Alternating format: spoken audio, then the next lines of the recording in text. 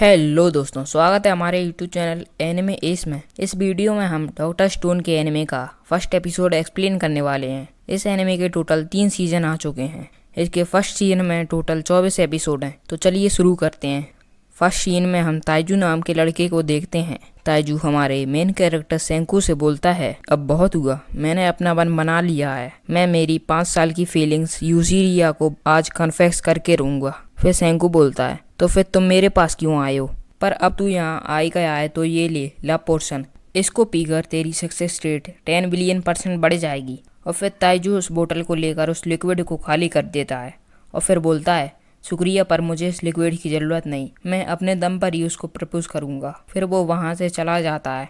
फिर सेंकू के दोस्त उससे पूछते हैं कि तुमने ये कैसे बनाया? फिर सेंकू बोलता है कि लव पोर्शन नाम की कोई चीज़ नहीं होती, ये बस गैसोलीन है। और फिर वो एक माचिस की तिल्ली उसमें फेंक देता है और बोलता है, मैंने इनको प्लास्टिक बॉटल्स की कैप्स को रिफाइन करके बनाया है, तुम्हें ये पहले से ही समझ जाना चाहिए था। फिर सेंकू के दोस्त उससे पूछते हैं कि अगर ताइजूस को पी लेता तो उसका क्या होता? फिर सेंकू बोलता है वो 10 बिलियन% श्योर था कि वो उसको नहीं पीगा। फिर ताइजू उसकी क्रश के पास पहुंचता है और बोलता है, सॉरी तुमको इंतज़ार करना पड़ा। फिर यूजिरिया बोलती है, तो तुम मुझसे क्या बात करना चाहते थे? और उसी वक्त सेंकू के दोस्त उनको ऊपर से देखते हैं और उनमें से एक बोलता है, मैं 100 रुपये की शर्ट लगा रहा हूँ, वो उसको रिजेक्ट कर देगी। और फिर दूसरा बोलता है, मैं 300 रुपये की शर्ट लगा रहा हूँ, वो उसको गंदा वाला रिजेक्ट कर देगी। और फिर तीसरा बोलता है, मैं 500 रुपये की शर्ट लगा रहा हूँ, वो उसको चप्पल से मारेगी। और तभी सेंकू बोलता है, मैं 10,000 रुपये की शर्ट लगा रहा हूँ, वो उसको एक्सेप्ट कर लेगी। तभी वो तीनों हैरान हो जाते हैं। और नीचे ताइजू सोचता है, अगर मैंने इसको अपने दिल की बात बताई तो ये मुझसे दोस्ती ना तोड़ बैठे, मैं कुछ सोच नहीं पा रहा हूँ।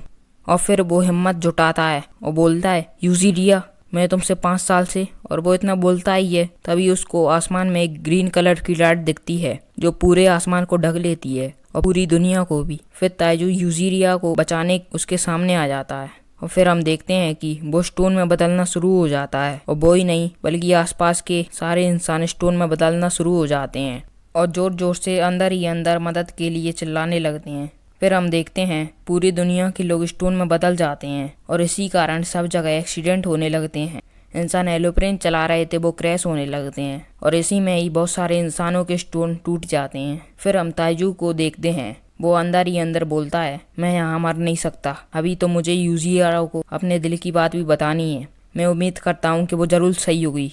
फिर हम देखते हैं जहाँ इंसानों का राज था अब वहाँ जानवरों का राज है। सारे शहर की बिल्डिंगों पर पेड़ पौधे आ चुके हैं। फिर हमको ताइजू को दिखाया जाता है, वो बोलता है कि मुझे जिंदा रहना ही होगा, चाहे हफ्ते निकले या महीने, मैं उसको अपने दिल की बात बता के ही रहूँगा। फिर हमको कुछ समय बाद का सीन दिखाते हैं जहाँ ताइजू बोलता है, कितना टाइम बीत गया, 100 साल, 1000 साल, पर मैं हार नहीं मानूंगा, मैं उसको बता के ही रहूँगा चाहे मैं मर क्यों ना जाऊँ। फिर हम देखते हैं बहुत टाइम बीत गया होता है। फिर हम ताइजू पर कुछ गिरता हुआ देखते हैं। फिर हम देखते हैं ताइजू का स्टोन टूट रहा होता है। फिर वो खड़ा होकर बोलता है, मैं फाइनली आज़ाद हो गया। फिर वो देखता है कि वो इतने सालों से पत्थर में कैद था और फिर वो बाहर आके देखता है कि सब लोग पत्थर में हैं और वो बोलता है, कितना टाइम बीत गया। फिर वो यूजिरिया को ढूंढने के लिए निकल जाता है। फिर वो चलते चलते कुछ सोचता है, जब वो पत्थर में नहीं बदला था तब उसने यूजिया के साथ एक स्टोन में कैद चिड़िया को देखा था। वो सोचते हैं कि किसने इतनी परफेक्ट मूर्ति बनाई है। फिर ताइजू बोलता है कि ये शायद असली चिड़िया है, मेरे दोस्त ने भी ऐसे ही एक चिड़िया को देखा था और उसने उसकी फोटो भी पोस्ट की थी, ये शायद कोई नई बर्ड डिसीज है, इनसे इनकी स्किन हार्ड हो जाती है बिल्कुल स्टोन की तरह। फिर वो उस बर्ड को एक बर्ड हॉस्पिटल लाता है। फिर हम देखते हैं कि यूजिरिया भी एक बर्ड को उसी हॉस्पिटल में लाती है। फिर हम प्रेजेंट का सीन देखते हैं जहाँ पर ताइजू कुछ पत्तियों से अपने लिए कुछ पहनने के लिए बना रहा होता है। फिर उसके बाद हम देखते हैं ताइजू को यूजिरिया मिल जाती है और वो उसके पास जाता है और बोलता है, मैं तुमको पहचानने में कुछ गलती नहीं कर सकता, तुम यूजिरिया ही हो। फिर वो खुश होकर बोलता है कि अच्छा हुआ तुम्हारा पत्थर नहीं टूटा, क्योंकि अगर उसका पत्थर टूट जाता तो वो बच नहीं पाती। फिर वो यूजिरिया को बोलता है, सॉरी मैं उस समय तुम्हें बचा नहीं पाया, पर अब मैं तुमको जरूर बचा के रहूंगा।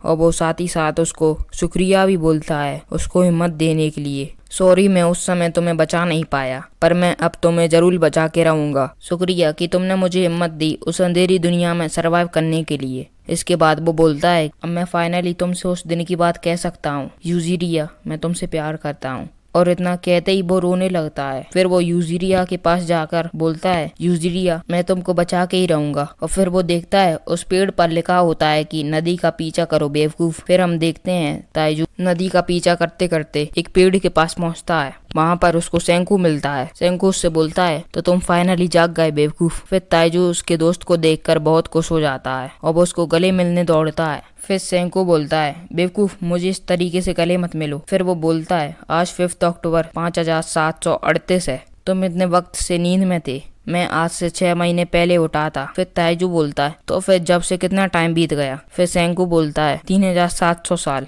ताइजू बोलता है, तुम इतने यकीन से कैसे बोल सकते हो। फिर सेंकू बोलता है, मैंने हर एक सेकंड को काउंट किया और इसके अलावा मुझे कैसे पता होगा। फिर ताइजू बोलता है, तुमने उस अंधेरी दुनिया में इतना काउंट कर लिया। फिर सेंकू बोलता है, मेरी किस्मत अच्छी थी जो मैं बारिश के मौसम में उठा, अगर मैं ठंडों के मौसम में उठता तो मैं ठंड से ही मर जाता। फिर सेंकू ताइजू को अपने घर लाता है और ताइजू उसके घर को देखकर बहुत हैरान हो जाता है और बोलता है, क्या तुमने ये घर अकेले बनाया। और वो देखता है वहाँ पर हथियार भी रखे रहते हैं और वो बोलता है, तुमने इतने से टाइम में इतना सारा कैसे तैयार कर लिया। फिर सेंकू बोलता है, मैं 6 महीने से तुम्हारा ही इंतजार कर रहा था और मैं 10 बिलियन% श्योर था कि तुम एक ना एक दिन जरूर लौटोगे, क्योंकि तुम जैसा आदमी बिना यूजरिया को कन्फेस करके मर जाए ऐसा तो कभी हो ही नहीं सकता। तुम जैसा आदमी इतना वीक हो ही नहीं जो चंद हजारों साल में हार मान जाए। फिर ताइजू बोलता है, तुमने सही कहा, अब से तुम तुम्हारा दिमाग का इस्तेमाल करना और मैं मेरी पावर का। फिर सेंकू बोलता है,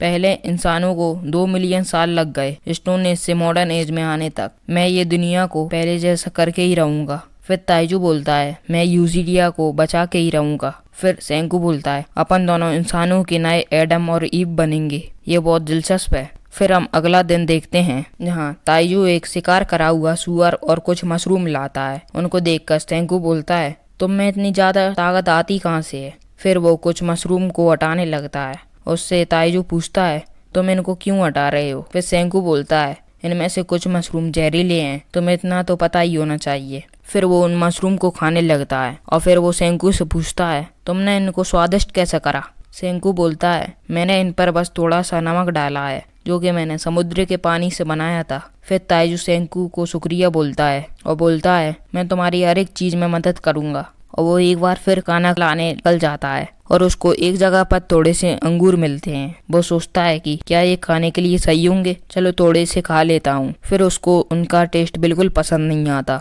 और वो एक आदमी को देखता है और सोचता है, मैंने इसको टीवी पर देखा था, ये बहुत स्ट्रांग था। फिर वो एक केव में जाता है और एक बड़े से मट्टी जैसे गिलास को देखता है और खुश होकर बोलता है, ये मैंने तो यहाँ नहीं रखा और शायद सेंकू ने भी नहीं, मतलब यहाँ हमारे अलावा कोई और भी जिंदा है। फिर सेंकू पीछे से आकर बोलता है, ये मैंने यहाँ रखा था बेवकूफ। फिर ताइजू बोलता है कि क्या ये दुनिया में बस हम दोनों ही जिंदा हैं। फिर सेंकू बोलता है, हमें जल्दी से जल्दी पत्थर में से इंसानों को बाहर निकालने का जरिया ढूंढना ही होगा। फिर ताइजू बोलता है, वो सब तो ठीक है, पर तुम ये लिक्विड को क्यों जमा कर रहे हो। फिर सेंकू बोलता है, ऐसा क्यों हुआ कि हम 3700 साल बाद ये केबों से उठे हैं, शायद ये सब इस लिक्विड की वजह से हुआ है। और पता है ये क्या है, ये नाइट्रिक एसिड है। फिर ताइजू बहुत हैरान हो जाता है और बोलता है कि ये क्या होता है। फिर सेंकू बोलता है कि मुझे पता था तुम कुछ ऐसा ही बोलोगे, चलो मैं तुमको करके बताता हूँ। फिर वो दोनों उस लिक्विड को अपनी लेबोरेटरी में लाते हैं और सेंकू उस लिक्विड को एक बर्ड के पत्थर पर डालता है। उसी वक्त ताइजू बोलता है, तुम ये कहना चाहते हो कि इस लिक्विड को किसी पत्थर पर डालेंगे तो पत्थर का इंसान पत्थर से सही सलामत निकल जाएगा। फिर सेंकू बोलता है, ये बस सुनने में आसान लगता है। फिर हम देखते हैं कि उस लिक्विड से उस चिड़िया का कुछ नहीं होता। फिर सेंको बोलता है, मेरे पास जो भी था मैंने उससे ट्राई किया पर मैं अभी तक कामयाब नहीं हो पाया। फिर ताइजू बोलता है, तो इस दुनिया में ऐसी भी चीज हैं जो साइंस भी एक्सप्लेन नहीं कर सकती। फिर सेंको बोलता है, साइंस कभी कभी धीरे काम करती है। अगर मेरे पास एल्कोहल होती तो मैं उसको नाइट्रिक एसिड से मिक्स करके नेतल बना लेता। फिर ताइजू बोलता है, सीधे सीधे बताओ कि तुम्हें क्या चाहिए। फिर सेंकू बोलता है, मुझे वाइन वाइन चाहिए। फिर ताइजू बोलता है कि क्या ये ग्रेप्स की मदद से हम वाइन नहीं बना सकते। फिर सेंकू बोलता है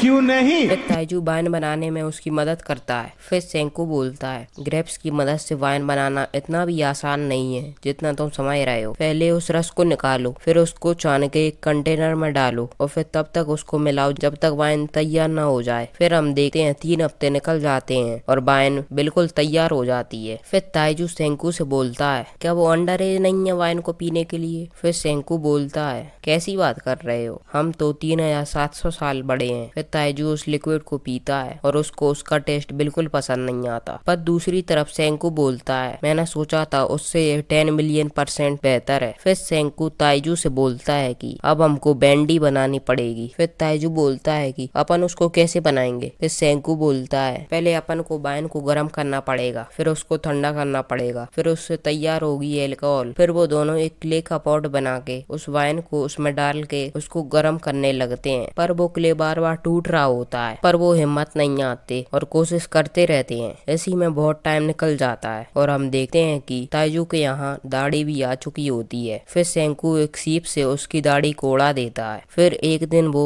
एल्कोहल और नाइट्रिक एसिड को मिक्स करके एक पंख पर डालते हैं, वो पंख में से पत्थर निकल जाता है। फिर वो एक और बार टेस्ट करने के लिए एक बर्ड पर उस लिक्विड को डालते हैं और साथ ही साथ सेंकू बोलता है ऐसी कोई भी चीज नहीं है जो साइंस एक्सप्लेन न कर सके। और हम देखते हैं वो वर्ड फाइनली उस पत्थर में से आजाद हो जाती है और उड़ने लगती है। फिर वो दोनों को बहुत खुशी होती है। फिर सेंकू बोलता है फाइनली 1 साल बाद अपन को सफलता मिली है, पर मैंने सोचा था उससे ये बहुत जल्दी हो गया। फिर सेंकू हंसने लगता है और यहीं पर ये एपिसोड खत्म हो जाता है।